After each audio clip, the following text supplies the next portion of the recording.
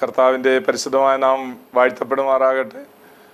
നിങ്ങളോട് ദൈവത്തിൻ്റെ വചനം സംസാരിക്കുവാനായിട്ട് ഒരവസരം കൂടെ ദൈവം ദാനമായി തന്നതിൽ ദൈവത്തെ സ്തുതിക്കുന്നു.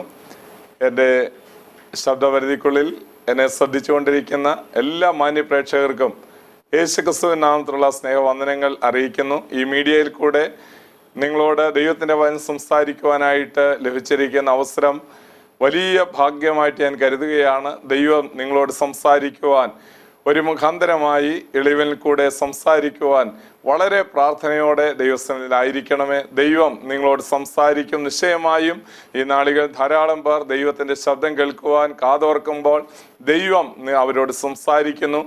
ദൈവത്തിൻ്റെ ശബ്ദം കേൾക്കുവാൻ വളരെ പ്രാർത്ഥനയോടെ ഈ ശുശ്രൂഷയിൽ മുഴുവനായി സംബന്ധിക്കുവാൻ നിങ്ങളുടെ സ്നേഹത്തോടെ ഓർപ്പിക്കുന്നു. നമ്മൾ തുടർച്ചയായിട്ട് പഠിച്ചുകൊണ്ടിരിക്കുന്ന ഒരു വിഷയം ദൈവസഭയെക്കുറിച്ചും അതുപോലെ തന്നെ ദൈവസഭയാകുന്ന ആട്ടിൻകൂട്ടത്തെ നയിക്കുന്ന ഇടയനെക്കുറിച്ച് നമ്മൾ ചിന്തിച്ചു വരികയായിരുന്നു. ആടുകളുടെ ഇടയനെക്കുറിച്ചുള്ള നല്ല ഇടയനെക്കുറിച്ചുള്ള ചില ചിന്തകൾ യോഹന്നാന്റെ സുവിശേഷം 10-ാം അധ്യായത്തിൻ്റെ 3-ാം വാക്യത്തിൽ നമ്മൾ ചിന്തിച്ചു.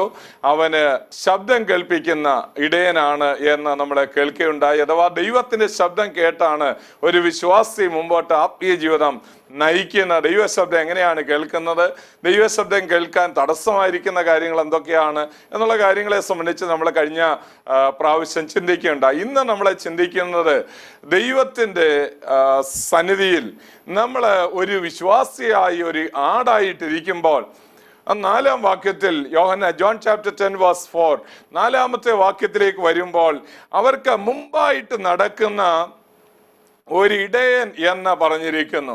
അതിൽ നിന്ന് നമ്മൾ ഒരു കാര്യം മനസ്സിലാക്കണം. നല്ല ഇടയനാകുന്ന യേശുക്രിസ്തു മുമ്പിൽ നടക്കുന്ന ഇടയനാണ്. ഒരു ആട്ടിൻപറ്റമാണെങ്കിൽ അതിൻ്റെ മുൻപാകെ ഒരു ഇടയൻ നടക്കുന്നു എന്ന് പറഞ്ഞാൽ ആടുകൾ വേറെ ആരെയും അനുഗമിക്കാതെ ഈ നല്ല ഇടയനെ അനുഗമിച്ച് യാത്ര ചെയ്യുന്ന ഒരു ചിത്രം നമുക്ക് കിട്ടുവാനായിട്ട് കഴിയുന്നു. ഇവിടെ നമുക്ക് ശ്രദ്ധേയമായ കാര്യം, കർത്താവ് മുമ്പേ പോകുന്നെങ്കിൽ അഥവാ ഒരു ഇടയൻ മുമ്പേ പോകുന്നെങ്കിൽ ആടുകൾ അതിൻ്റെ പുറകെ എത്ര നിർഭയം പോകാനായിട്ട് കഴിയും. ആടിൻ്റെ മുമ്പിൽ പോകുന്ന ഇടയൻ പോകുന്ന എല്ലാ സ്ഥലങ്ങളിലേക്കും ആ ആടുകൾക്ക് കടന്നു പോകാനായിട്ട് കഴിയും. ആടിൻ്റെ ഇടയൻ പോകാത്ത ഒരു സ്ഥലത്തേക്കും ആടുകൾക്ക് പോകാൻ കഴിയത്തില്ല. ഇടയൻ പോകുന്ന സ്ഥലത്തേക്ക് മുമ്പായിട്ട് നടക്കുന്ന ഒരു ഇടയനെയാണ് വേദപുസ്തകം പ്രതിപാദിക്കുന്നത്. എനിക്ക് വളരെ സന്തോഷം തരുന്ന ഒരു കാര്യം, ദൈവമായിട്ട് ദൈവം സ്വർഗത്തിൽ ഇരുന്നാൽ മതിയായിരുന്നു. എന്നാൽ ഈ ഭൂമിയിൽ വന്ന് എന്തുകൊണ്ട് കർത്താവ് ദൈവമായി അവതരിച്ചു എന്ന് ചോദിച്ചാൽ വളരെ വ്യക്തമായിട്ടുള്ള ഒരു മറുപടി അതിന് വേദപുസ്തകം നൽകുന്നു. താൻ തന്നെ പരീക്ഷിതനായി കഷ്ടമനുഭവിച്ചിരിക്കാൻ പരീക്ഷിക്കപ്പെടുന്നവർക്ക് സഹായിപ്പാൻ കഴിവുള്ളവനാണ് യേശുക്രിസ്തു എന്ന് പറഞ്ഞിരിക്കുന്നു. അത് മാത്രമല്ല, ദൈവത്തിന്റെ വചനം എബ്രായ ലേഖനം 2-ാം അധ്യായത്തിൽ നമുക്ക് കാണാൻ കഴിയുന്നു, മക്കൾ ജഡരക്തങ്ങൾ കൂടിയവർ ആകൊണ്ട് അവനും അവരെ പോലെ ജഡരക്തങ്ങളോട് കൂടിയവരായി എന്ന് വായിക്കാൻ കഴിയുന്നു. എന്ന് പറഞ്ഞാൽ മക്കളെല്ലാവരും, ദൈവത്തിന്റെ മക്കളെല്ലാവരും ജഡരക്തങ്ങളോട് കൂടിയവരായതുകൊണ്ട് എന്നാണ് പറഞ്ഞിരിക്കുന്നത്. അവരുടെ രക്ഷാനായകനെ കഷ്ടാനുഭവങ്ങളിൽ തികഞ്ഞവനായി നിർത്തുന്നത് യുക്തമായിരുന്നു എന്നവിടെ പറഞ്ഞിരിക്കുന്നു. അപ്പോൾ നമ്മൾ അതിൽ നിന്നൊരു കാര്യം പഠിക്കാൻ കഴിയും. യേശുക്രിസ്തു ലോകത്തിലേക്ക് വന്നപ്പോൾ ഒരു പൂർണ്ണ ദൈവമായിരുന്നെന്ന് മാത്രമല്ല, ഒരു പൂർണ്ണ മനുഷ്യനായിരുന്നു. നമ്മൾ ഏതെല്ലാം പ്രശ്നങ്ങളിൽ കൂടെ അഭിമുഖീകരിക്കപ്പെട്ടിട്ടുണ്ടോ അതെല്ലാം കർത്താവ് അതിൽ കൂടെ എല്ലാം കടന്നുപോയിട്ടുണ്ട്. അതിൻ്റെ ഓരോരോ വേർഷൻസ് ആണ് നമ്മൾ ഇന്ന് അനുഭവിക്കുന്നതെന്ന് മാത്രമേ ഉള്ളൂ.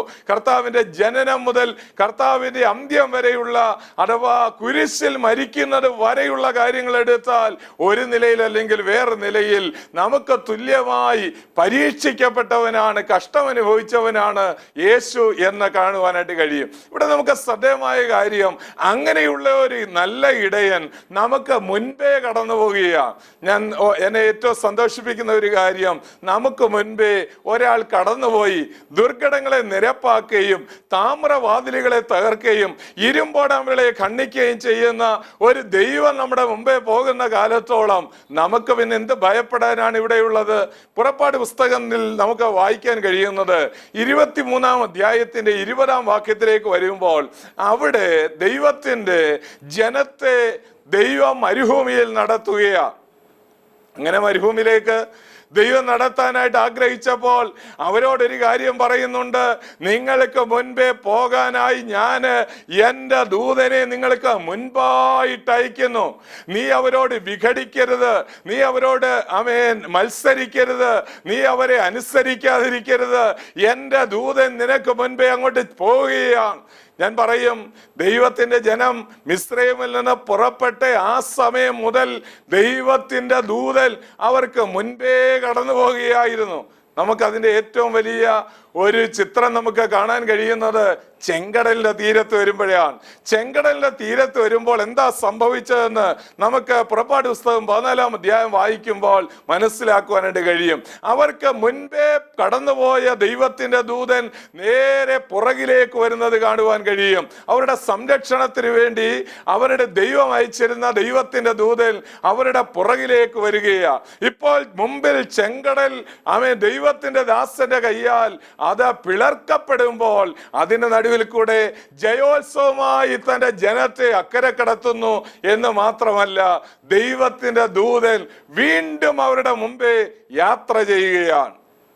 അപ്പോൾ നമ്മളെ പുറപ്പാട് പുസ്തകം 14-ാം അധ്യായത്തിന്റെ 13-ാം വാക്യത്തിലേക്ക് വരുമ്പോൾ നമുക്കത് കാണുവാനായിട്ട് കഴിയും. അവിടെ നമുക്ക് ദൈവത്തിന്റെ ദൂതൻ അവരോട് എങ്ങനെയാണ് അവരെ സംരക്ഷിച്ച് മുമ്പോട്ട് കൊണ്ടുപോയത് എന്ന് കാണുവാനായിട്ട് കഴിയും.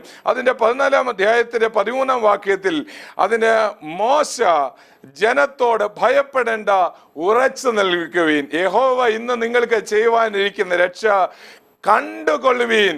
നിങ്ങൾ ഇന്ന് കണ്ടിട്ടുള്ള മിസ്രൈമിനെ ഒരു നാളും കാണുകയില്ല എന്ന് പറയുകയുണ്ടായി. ദൈവത്തിന്റെ ദൂതൻ മുൻപേ പോയി എന്താണ് ചെയ്തത്?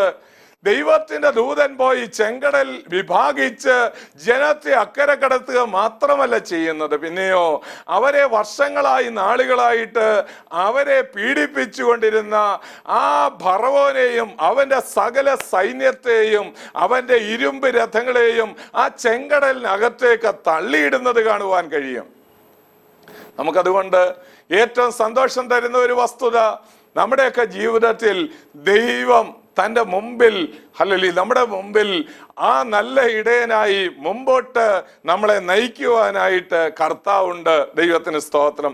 മാത്രമല്ല, ആവർത്തന പുസ്തകം 28-ാം അധ്യായത്തിലേക്ക് വരുമ്പോൾ അതിന്റെ 7-ാം വാക്യത്തിലേക്ക് വരുമ്പോൾ നമുക്ക് കാണുവാൻ കഴിയുന്നുണ്ട്, ദൈവം തന്റെ ദൂതനെ നമുക്ക് മുൻപേ അയക്കും.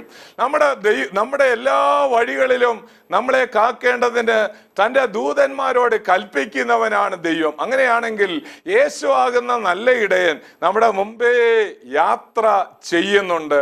ഓരോ സമയങ്ങളിലും നിങ്ങൾ എവിടെയെങ്കിലും പോകുമ്പോൾ നിങ്ങൾ ദൈവത്തോട് പറയണം, കർത്താവേ, ഞാൻ ചെല്ലുന്നതിന് മുൻപേ അവിടുന്ന് ചെല്ലണമേ എന്ന് ദൈവത്തോട് നമുക്ക് പ്രാർത്ഥിക്കാം. ദൈവത്തിന്റെ ദൂതന്മാർ നമ്മുടെ മുമ്പേ ചുറ്റുപാടുമുണ്ട്. മാത്രമല്ല, നമ്മുടെ മുമ്പേ കർത്താവ് പോകുന്നുണ്ട്. ദൈവത്തിന്റെ സാന്നിധ്യം നമ്മളോടുകൂടെ പോവുകയാണ്. മോശ പറഞ്ഞു, നിന്റെ സാന്നിധ്യം ഞങ്ങളോടുകൂടെ പോരുന്നില്ല എങ്കിൽ ഞങ്ങളെ അയക്കരുത് എന്ന് പറയുകയുണ്ടായി. നമ്മൾ ആവർത്തന പുസ്തകം 33-ാം അധ്യായത്തിലേക്ക് വരുമ്പോൾ അതിന്റെ 27-ാം വാക്യത്തിലേക്ക് വരുമ്പോൾ ദൈവത്തിന്റെ ദാസന്റെ പ്രാർത്ഥന നമുക്കവിടെ കാണുവാനായിട്ട് കഴിയും. മാത്രമല്ല, ദൈവത്തിന്റെ ദാസൻ അവിടെ 33-ാം അധ്യായത്തിന്റെ 7-ാം വാക്യത്തിൽ ഇങ്ങനെ പറഞ്ഞിരിക്കുന്നു, പുരാതനായ ദൈവം നിന്റെ സങ്കേതം, കീഴെ ശാശ്വത ഭുജങ്ങളുണ്ട്. അത് മാത്രമല്ല, അവൻ ശത്രുവിനെ നിന്റെ മുമ്പിൽ നിന്ന് നീക്കിക്കളഞ്ഞ് സംഹരിക്കുക എന്ന് കൽപ്പിച്ചിരിക്കുന്നു എന്ന് പറഞ്ഞിരിക്കുന്നു. അഥവാ കർത്താവ് മുമ്പേ പോവുകയാണെങ്കിൽ പുരാതനായ ദൈവത്തിന്റെ സങ്കേതം, കീഴെ ശാശ്വത ഭുജങ്ങളുണ്ട് എന്ന് മാത്രമല്ല, നമ്മുടെ ശത്രുവിനെ നമ്മുടെ മുമ്പിൽ നിന്ന് നീക്കിക്കളയുവാനിടയായി തീരും. നമുക്ക് ഇസ്രായേൽ മക്കളുടെ യാത്രയെ സംബന്ധിച്ച് ബാലാക്ക് ഇത്രമാത്രം ഭയപ്പെടാൻ എന്താണ് കാരണം? ബാലാക്ക് ഈ ജനത്തെ ശപിക്കുവാനായി ബിലയാമിനെ വിളിച്ചു വരുത്താൻ എന്താണ് കാരണം? മറ്റൊന്നുമല്ല, അവർക്ക് മുൻപേ ഒരു ദൈവത്തിന്റെ സാന്നിധ്യം വരുന്നു എന്നുള്ള അവർക്ക് മനസ്സിലായി. അവരെ കുറിച്ച് പറയുകയാണ്, തൻ്റെ ആ ജനത്തെ കുറിച്ച്, ഇസ്രയേലിൽ നിന്ന് വിടുവിക്കപ്പെട്ടു വന്നതായ തൻ്റെ ജനമായ ഇസ്രയേലിനെ കുറിച്ച്, ദൈവത്തിന്റെ ജനത്തെ കുറിച്ച് അവിടെ പറയുകയാണ്, അവർ വയലിലെ പുല്ല കാള കപ്പിക്കളയുന്നത് പോലെ ജാതികളെ കപ്പിക്കളയുന്ന ഒരു കൂട്ടം ആളുകളാണ് വരുന്നത്. ഇത് അവരുടെ ശക്തി കൊണ്ടാണോ നടന്നത്? അല്ല. പിന്നെ എന്താണ്? ദൈവത്തിന്റെ സാന്നിധ്യം അവരോടുകൂടെ വരികയാണ്. യാക്കോവിൽ തിന്മ കാണാനില്ല, ഇസ്രയേലിൽ ആമേൻ ആമേൻ ഹല്ലേലൂയ ആഭിചാരം ഭരിക്കുകയില്ല എന്ന ദൈവത്തിന്റെ വചനം പറയുന്നു. അതുകൊണ്ട് നമുക്ക് മുൻപേ കടന്നു പോകുന്ന ഒരു ഇടയനുണ്ട്. അങ്ങനെയാണെങ്കിൽ ആ ഇടയൻ മുമ്പേ കടന്നു പോകുന്ന കാലത്തോളം ആടുകളാകുന്ന നമ്മൾ ഒന്നുമേ ഭയപ്പെടേണ്ട കാര്യം വരുന്നില്ല. നാളെ 57-ാം സങ്കീർത്തനത്തിലേക്ക് വരുമ്പോൾ അതിന്റെ 6-ാം വാക്യത്തിൽ ഒരു വാക്യം നമുക്ക് കാണുവാനായിട്ട് കഴിയുന്നു.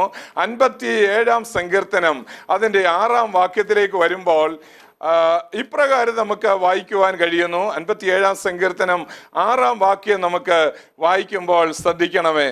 അവിടെ വായിക്കുന്നത്, അവർ എൻ്റെ കാലടികൾക്ക് ഒരു വല വിരിച്ചു, എൻ്റെ മനസ്സ് ഇടിഞ്ഞിരിക്കുന്നു, അവർ എൻ്റെ മുമ്പിൽ ഒരു കുഴി കുഴിച്ചു, അതിൽ അവർ തന്നെ വീണു എന്ന് പറഞ്ഞിരിക്കുന്നു. പലപ്പോഴും ആടുകൾക്ക് മുൻപേ ശത്രുക്കൾ കുഴി കുഴിച്ചിരിക്കും. ആടുകൾ അങ്ങനെയുള്ള കുഴിയിൽ വീഴുവാനായി ശത്രുക്കൾ കുഴി കുഴിച്ചു വെച്ചിരിക്കുമ്പോൾ ആടുകൾ അതിനകത്ത് വീണാൽ രക്ഷയില്ല. എന്നാൽ ഇടയൻ മുൻപേ പോകുമ്പോൾ എന്താണ് സംഭവിക്കുന്നത്?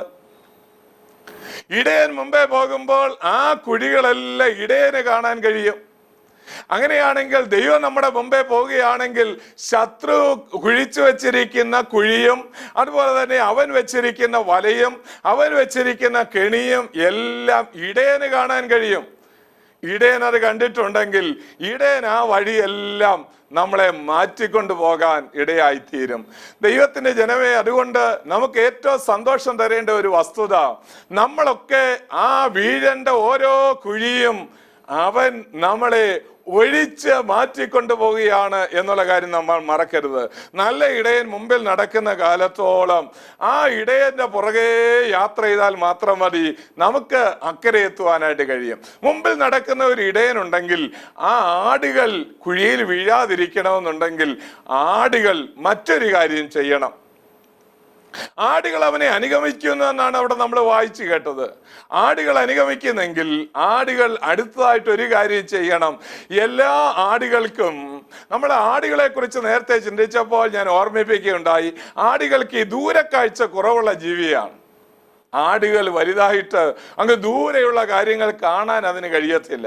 പക്ഷേ ആടുകൾ ആ ഇടയനെ ലക്ഷ്യമാക്കി ഇടയനെ കണ്ടുകൊണ്ടാണ് നടക്കുന്നതെങ്കിൽ ആടുകൾക്ക് ഇങ്ങനെയുള്ള കെണികൾ, ഇങ്ങനെയുള്ള അപകടങ്ങൾ, ഇങ്ങനെയുള്ള കുഴികൾ, ശത്രു ഉണ്ടാക്കി വെച്ചിരിക്കുന്ന ഓരോ പദ്ധതികൾ അതൊക്കെ കാണാൻ കഴിയണമെങ്കിൽ ആ ഇടയനെ കാണത്തക്ക അകലത്തിൽ അത് ഒരു ഡിസ്റ്റൻസ് കീപ്പ് ചെയ്ത് നടക്കേണ്ടതായിട്ടിരിക്കുന്നു.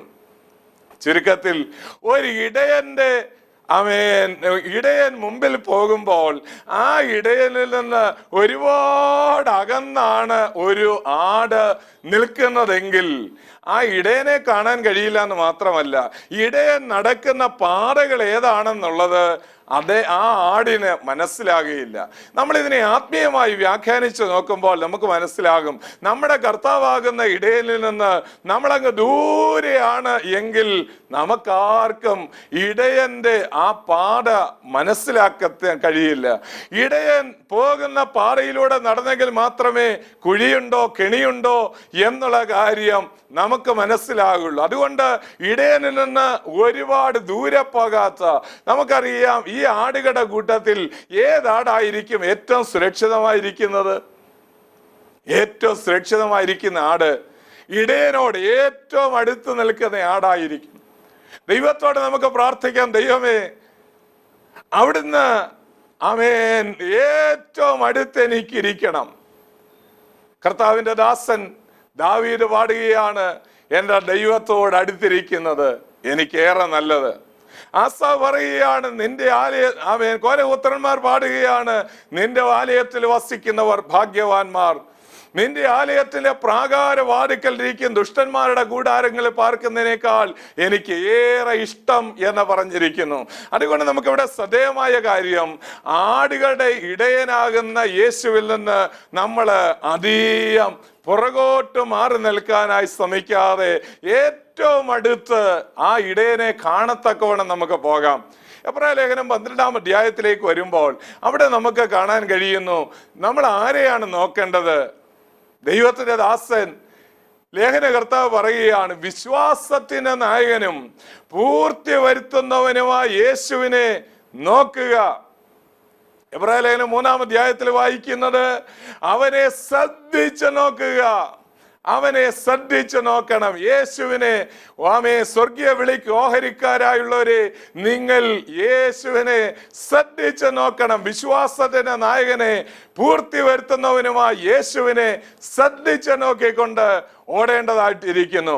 പൗലോസ് ഫിലിപ്പിയ ലേഖനം 3-ാം അധ്യായത്തിന്റെ അതിന്റെ 14-ാം വാക്യം മുതൽ താഴോട്ട് വായിക്കുമ്പോൾ അവിടെ വായിക്കുന്നു, ഒന്ന് ഞാൻ ചെയ്യുന്നു, പിമ്പിലുള്ളതിനെ മറന്ന് മുമ്പിലുള്ളതിനെ ആഞ്ഞും കൊണ്ട് ക്രിസ്തുവേശുവിൽ ദൈവത്തിന്റെ പരമവിളിയുടെ വിരുദിനായി ലാക്കിലേക്ക് ഞാൻ ഓടുകയാണ്. അപ്പോൾ ആ ഇടയനെ നോക്കിക്കൊണ്ട് ഓടിയാൽ നമ്മൾ ഒരിക്കലും കുഴിയിൽ വീഴുകയില്ല എന്നാണ് ഞാൻ പറഞ്ഞത്. ഒരിക്കലും ആ ശത്രുവിന്റെ കരങ്ങളിൽ പെടുവാനിടയാകുകയില്ല. ശത്രുവിന്റെ കരങ്ങളിൽ നിന്ന് നമുക്ക് രക്ഷപ്പെടാനുള്ള നല്ലൊരു മാർഗം ഇടയനെ നോക്കിക്കൊണ്ട് ഓടുക എന്നുള്ളതാണ്. ആമേൻ. അത് മാത്രമല്ല, എബ്രായ ലേഖനം 7-ാം അധ്യായത്തിലേക്ക് വരുമ്പോൾ ഇവൻ എത്ര മഹാൻ എന്ന് നോക്കുവീൻ എന്ന് പറഞ്ഞിരിക്കുന്നു. ഇവൻ എത്ര മഹാനാണെന്ന് നമ്മൾ കാണണമെന്നുണ്ടെങ്കിൽ അവനെ കുറിച്ച് പറയുന്നു, അവൻ പവിത്രനാണ്, അവൻ പാപികളോട് വേറിട്ടവനാണ്, അവൻ നിർദോഷനാണ്. ദൈവത്തിന്റെ വചനം പറയുന്നു, അവൻ സ്വർഗത്തേക്കാൾ ഉന്നതനായവനാണ്. അവനെ നോക്കിക്കൊണ്ട് നമുക്ക് ഓടാം. നമുക്ക് മാത്രമല്ല, ഈ ഇടയനെ കുറിച്ച് അടുത്തതായിട്ട് നമുക്ക് പഠിക്കുവാൻ കഴിയുന്നത്, ഹീസ് ആൻ എക്സാമ്പിൾ ഓഫ് അഥവാ നമുക്കെല്ലാവർക്കും ഒരു മോഡലായി മാറിയിരിക്കുന്നവനാണ് ഈ ഇടയൻ. യേശുവിനെ സംബന്ധിച്ചിടത്തോളം എബ്രായ ലേഖനം 3-ാം അധ്യായത്തിന്റെ 1-ാം വാക്യത്തിൽ നാം ശ്രദ്ധിച്ചതുപോലെ അവിടെ വായിക്കുന്നു, അവനെ ശ്രദ്ധിച്ച് നോക്കണം എന്ന് പറഞ്ഞിരിക്കുകയാണ്. ശ്രദ്ധിച്ച് നോക്കണമെന്ന് പറയാൻ കാരണം എന്താണ്? നമ്മൾ മത്തായിയുടെ സുവിശേഷം 11-ാം അധ്യായത്തിലേക്ക് വരുമ്പോൾ അതിന്റെ 29-ാം വാക്യം 28-ാം വാക്യത്തിൽ പറഞ്ഞിട്ടുണ്ട്, അധ്വാനിക്കുന്നവരും ഭാരം ചുമക്കുന്ന ഏവരുമായുള്ളവരെ എല്ലാവരും എൻ്റെ അടുക്കൽ വരുവീൻ. എന്നാൽ അവിടെ അടുത്ത വാക്യത്തിൽ വായിക്കുന്നത്, ഞാൻ സൗമ്യതയും താഴ്മയും ഉള്ളവനാകൊണ്ട് എന്നോട് കേട്ട് പഠിക്കാനായി പറഞ്ഞിരിക്കുന്നു. അവിടെ പറയുന്നത് I am meek and lowly in heart എന്ന് പറഞ്ഞിരിക്കുന്നു. ദൈവത്തിന് സ്തോത്രം. നമ്മൾ കർത്താവിനോട് ചേർന്ന് ചില കാര്യങ്ങൾ പഠിക്കുവാനായിട്ടുണ്ട്.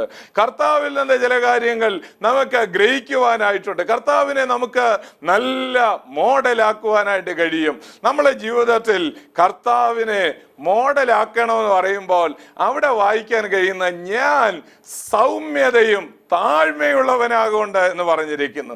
വിശ്വാസികളാകുന്ന നമുക്ക് കർത്താവിനെ, ആ നല്ല ഇടയനെ നോക്കിയാൽ താഴ്മയുള്ളവരായി മാറാൻ കഴിയും, വിനയമുള്ളവരായി മാറാൻ കഴിയും. ഞാൻ വേദപുസ്തകം ശ്രദ്ധിക്കുമ്പോൾ 2 ദൈവത്തിന്റെ പ്രത്യേകതയും സാത്താന്റെ പ്രത്യേകതയുമായിട്ട് നമുക്ക് ഏറ്റവും നന്നായി പഠിക്കാൻ കഴിയുന്ന ഒരു കാര്യം മറ്റൊന്നുമല്ല, ദൈവം തന്നെത്താൻ താഴ്ത്തുകയാണ്. സ്വർഗോന്നതങ്ങളിൽ ഇരുന്ന ദൈവത്തോടുള്ള സമത്വം മുറുകെ പിടിച്ചുകൊള്ളണമെന്ന് വിചാരിക്കാതെ ദാസരൂപമെടുത്ത വേഷത്തിൽ മനുഷ്യനായി ദാസനായി തന്നെത്താൻ ഒഴിച്ചു എന്ന് പറഞ്ഞ് 7 കാര്യങ്ങൾ ഫിലിപ്പിയ ലേഖനം 2-ാം അധ്യായത്തിൽ പറഞ്ഞിട്ടുണ്ട്. ദൈവത്തോടുള്ള സമത്വത്തിൽ ജീവിക്കാതെ, ദൈവത്തോടുള്ള സമത്വം മുറുകെ പിടിച്ചുകൊള്ളണമെന്ന് വിചാരിക്കാതെ, തനിക്കുണ്ടായിരുന്ന എല്ലാ പ്രിവിലേജസും ഉരിഞ്ഞു വെച്ചതിന് ശേഷം താണ ഭൂമിയിലേക്ക് വരികയാണ്. നമുക്കിതിനെ ഒരു ഉദാഹരണമായി കാണാൻ കഴിയുന്ന ഒരു കാര്യമാണ്, പഴയ നിയമത്തിൽ മഹാപുരോഹിതനെ സംബന്ധിച്ചിടത്തോളം മഹാപുരോഹിതൻ തൻ്റെ 7 അംശവസ്ത്രങ്ങൾ ധരിക്കപ്പെട്ടവനായി പൗരോഹിത്യ ശുശ്രൂഷയ്ക്കായി നിൽക്കുമ്പോൾ അദ്ദേഹത്തിന്റെ തലപ്പാവും അദ്ദേഹത്തിന്റെ മാൽപ്പതക്കവും അദ്ദേഹത്തിന്റെ ചുമൽക്കണ്ടവും അദ്ദേഹത്തിന്റെ ആ അങ്കിയും നീളക്കുപ്പായവും ഏഫോദും ഒക്കെ കണ്ടാൽ വളരെ മനോഹരമാണ്. അദ്ദേഹത്തിന്റെ കയ്യിൽ അദ്ദേഹത്തിന്റെ ഔദ്യോഗിക വസ്ത്രങ്ങളെല്ലാം അണിഞ്ഞ് അദ്ദേഹം അങ്ങനെ നിൽക്കുമ്പോൾ വളരെ മനോഹരമാണ് കാണാൻ. എന്നാൽ മഹാപാപരിഹാര ദിവസം വരുമ്പോൾ അദ്ദേഹത്തിന്റെ ആ മഹാപൗരോഹിത്യത്തിന്റെ എല്ലാ പ്രതാപവും ഉരിഞ്ഞു വെച്ചതിന് ശേഷം സാധാരണ പുരോഹിതനെ പോലെ അദ്ദേഹം ആ പുരോഹിതന്മാരുടെ ഇടയിൽ ഉള്ളങ്കി മാത്രം ധരിച്ചുകൊണ്ട് പഞ്ഞുനൂൽ കച്ച മാത്രം അണിഞ്ഞും കൊണ്ട് അദ്ദേഹം ശുശ്രൂഷയ്ക്കായിട്ട് കയറിപ്പോകും. ഇത് യേശു ക്രിസ്തുവിന്റെ മനുഷ്യാവതാരത്തോട് ബന്ധപ്പെടുത്തി നമുക്ക് ചിന്തിക്കുവാനായിട്ട് കഴിയും. സ്വർഗത്തിൽ ഒരു മഹിമയ്ക്കും കുറവില്ലാത്തവനായി ദൂതസഞ്ചയത്തിന് നടുവിൽ ആരാധ്യനായ കർത്താവ് ഇതാ താണഭൂമിയിലേക്ക് ഇറങ്ങുകയാണ്. താണഭൂമിയിലേക്ക് ഇറങ്ങി അവൻ വേഷത്തിൽ മനുഷ്യനാകുകയാണ്. താണ് അവൻ വരുന്നത് നമുക്ക് കാണുവാനായിട്ട് കഴിയും. അങ്ങനെയാണെങ്കിൽ യേശുക്രിസ്തു 7 പടികൾ താഴോട്ട് ഇറങ്ങിയപ്പോൾ ഫിലിപ്പിയ ലേഖനം 2-ാം അധ്യായം നിങ്ങൾ 1 മുതലുള്ള വാക്യങ്ങൾ വായിച്ചു നോക്കണം. അതിന്റെ താഴോട്ട് വായിക്കുമ്പോൾ അവിടെ എഴുതിയിരിക്കുന്നു, ദൈവം അവനെ ഏറ്റവും ഉയർത്താനിടയായി തീർന്നു. എന്നാൽ സാത്താനെ കുറിച്ച് നമ്മൾ പഠിക്കുമ്പോൾ സാത്താൻ ഏറ്റവും ഉണ്ടായിരുന്നതിൽ നിന്ന് ഞാൻ അത്യുന്നതനോട് സമനാകും, ഞാൻ മേഘോന്നതകൾക്ക് മീതെ കയറും. യെശയ്യാപ്രവചനം 14-ാം അധ്യായം വായിക്കുമ്പോൾ ഐ വിൽ അസെൻഡ് എന്ന് 5 പ്രാവശ്യം അവിടെ പറഞ്ഞിരിക്കുന്നത് കാണുവാൻ കഴിയും. ഞാൻ നക്ഷത്രങ്ങൾക്ക് മീതെ കയറും, ഞാൻ സിംഹാസനം പിടിക്കാനായിട്ട് ഉത്തരദിക്കിന്റെ അതിർത്തിയിലേക്ക് പോകും, ഞാൻ നക്ഷത്രങ്ങൾക്ക് മീതെ കയറും, ഞാൻ അത്യുന്നതനോട് സമനാകും, ഞാൻ എന്നവിടെ പറഞ്ഞിട്ടുണ്ട്. തെസ്സലോനിക്ക ലേഖനം എഴുതുമ്പോൾ പൗലോസ് പറയുന്നു, അവൻ ആരാണ്? തന്നെത്താൻ ഉയർത്തുന്ന എതിരാളിയാണവൻ. എന്നാൽ നമ്മുടെ ഇടയനോ ആടുകൾക്ക് നല്ല ഒരു മോഡലായ ഇടയൻ. അവൻ തന്നെത്താൻ താഴ്ത്തിയ ഇടയനായി ദൈവത്തിന്റെ വചനം നമുക്ക് കാണുവാനായിട്ട് കഴിയുന്നു. എന്നാൽ ദൈവത്തിന്റെ വചനത്തിൽ നമുക്ക് ഏറ്റവും ശ്രദ്ധേയമായ കാര്യം, പഴയ നിയമത്തിലെല്ലാം ദൈവം കൽപ്പനകൾ കൊടുത്തിരിക്കുകയായിരുന്നു. കൽപ്പനകൾ എന്ന് പറയുമ്പോൾ അതെല്ലാം നമ്മുടെ മനുഷ്യന്റെ അസ്ഥിയായിട്ട് നമുക്ക് ചിത്രീകരിക്കാനായിട്ട് കഴിയും. എന്നാൽ പുതിയ നിയമത്തിൽ കാര്യം വ്യത്യസ്തമായിരിക്കുന്നു. പുതിയ നിയമത്തിൽ എങ്ങനെയാണ് ദൈവം നമ്മളെ പഠിപ്പിച്ചിരിക്കുന്നത്? കൽപ്പനകളല്ല, പിന്നെയോ കൽപ്പനകൾ അതിനോട് ചേർന്ന് തന്നെ. കൽപ്പനകൾ ഇല്ലെന്നല്ല ഞാൻ പറഞ്ഞത്.